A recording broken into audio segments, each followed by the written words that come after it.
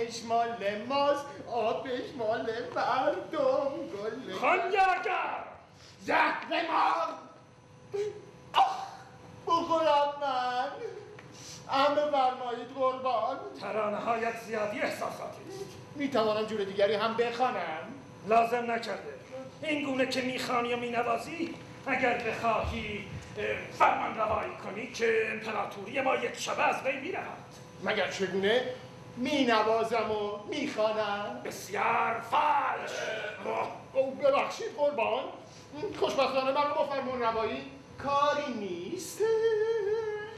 میتوانی گمان کنی که مدتی به جای من و تخت پادشاهی نشسته. منم با کشیدم چیزی از من نخواهید. ای وای کمک. چشمه ای زدم کمک. ابله نادان این همه جا پای مرا چرا چسبیدی؟ ول کن. مثل کنه هم چسبیده بنم. خاک من سرت ول کن. خواهش کن پیشگونه مرا. خانیاگر بیا اینجا به تمرکز. شعر را بعداً هم میتوانی ببافی. شعر را می‌سرایند. اصلا چرا برنشستن من روی این تخت پادشاهی اصرار میکنی؟ چرا؟ چون دست تقدیر چنین رقم زده ابله. میمیرم.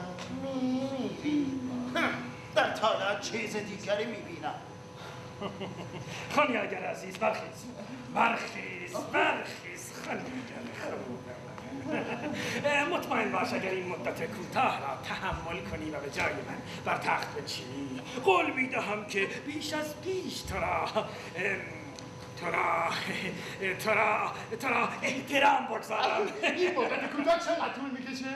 یکی دو روز تحمل کنی کار تمام است. من طاقت گرام بشم ندارم. کمک. ای وای کمک. بابا اینجا جای دیگری نیست که تو همش به من میچسبی. سرور من دفعه بعد یا خودم را میکشم یا این ابله نادان همیشه مست دائم الخمر را. بکن خانیاگر چشمان را بکن. بیا نترس. بیا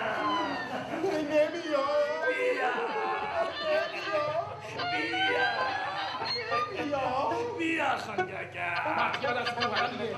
این چه سخنی؟ غلط کردم قربان. تحویل بگیرید سرور من. اصلا چرا برنشستن من روی این تخت پادشاهی پافشاری میکنید؟ پادشاه برای مدتی به سفر خواهد رفت. اما من از آداب پادشاهی تنها مغازله با زران رو میدونم و بس. تازه آیا نظامیان و درباریان از من فرمان خواهم برد؟ آنان از هر که بر تخت نشیند و تاج بر سر نهد فرمان خواهند برد. گمان نکنم. نگران نباش خانیاگر عزیز.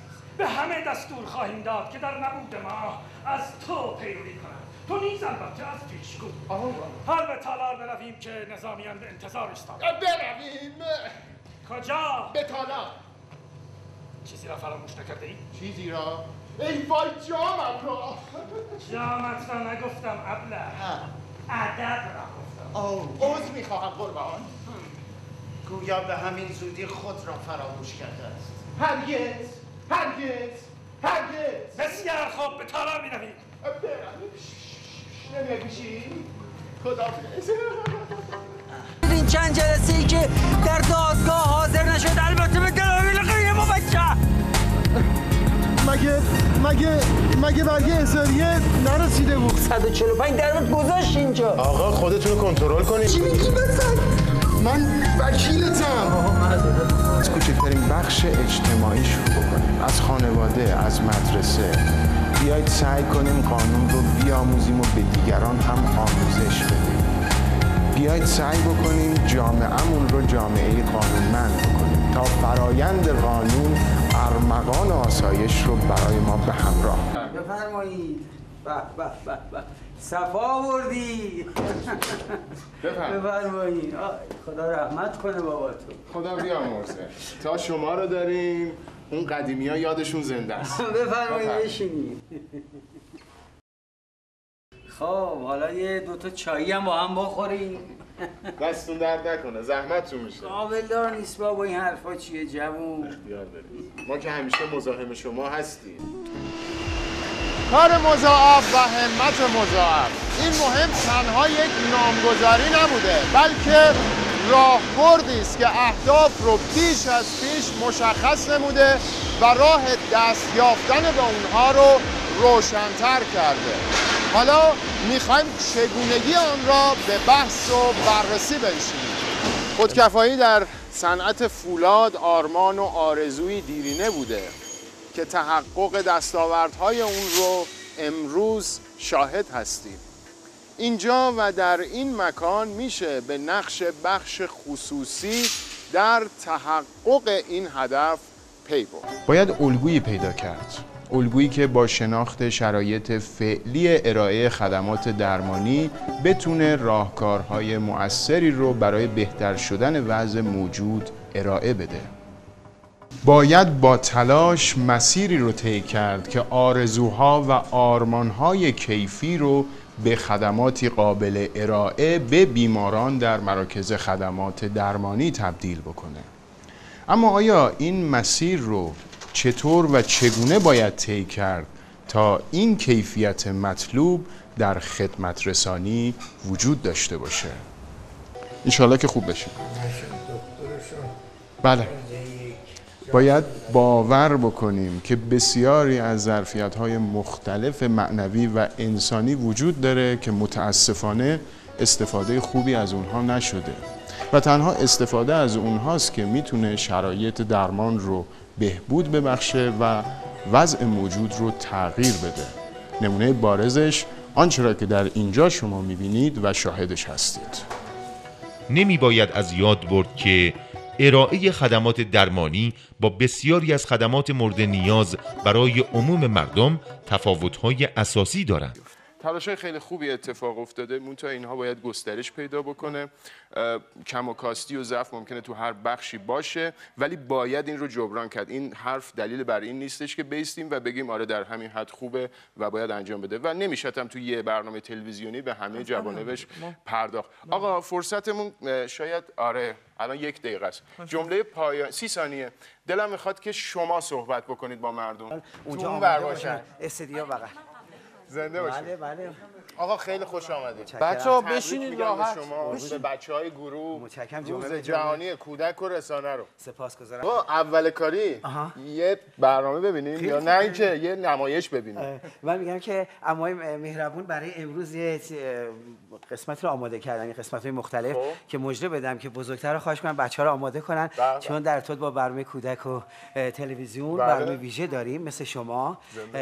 اما یه آهنگ بخونن و بعد میخواد ما اصلا کلا دکور رو جمع کنیم. چرا قبلش اعلام باید بکنیم. خب همه خواهش کنم اگه خیلی حالا که همه دوست دارن اینجوری بشه همه خواهش کنم همکاران عزیزم تو هم ازت دلار شعرهای شاد میخونه برای ما میذاره فیلمای بچگونه نون و پنیر و پسته. آقا برگردیم به گذشته، به قدیما. اون زمانی که شروع کردیم برای اولین بار توی تلویزیون، اولین برنامه‌ای که واسه بچه‌ها اجرا کردید. یادش بخیر. بچگی منه. جدی میگین؟ ببینید.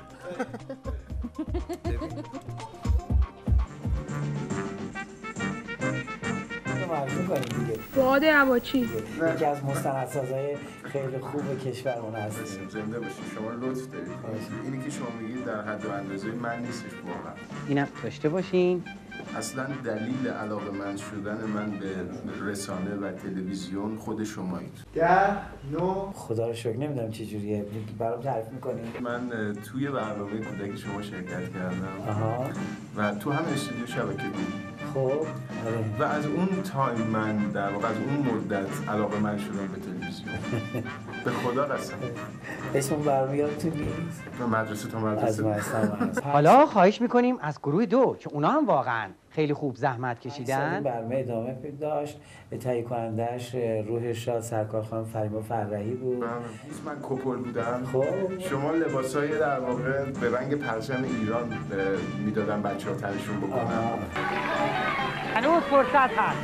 ادامه بدید. هیچ کدوم از این لباسا اندازه من نشد. یه دفعه من روی سکوام رفتم، عرضم به حضور شما که سکوه گفت تق تق تق تق داشت میشکست. جدی؟ شدید تماشا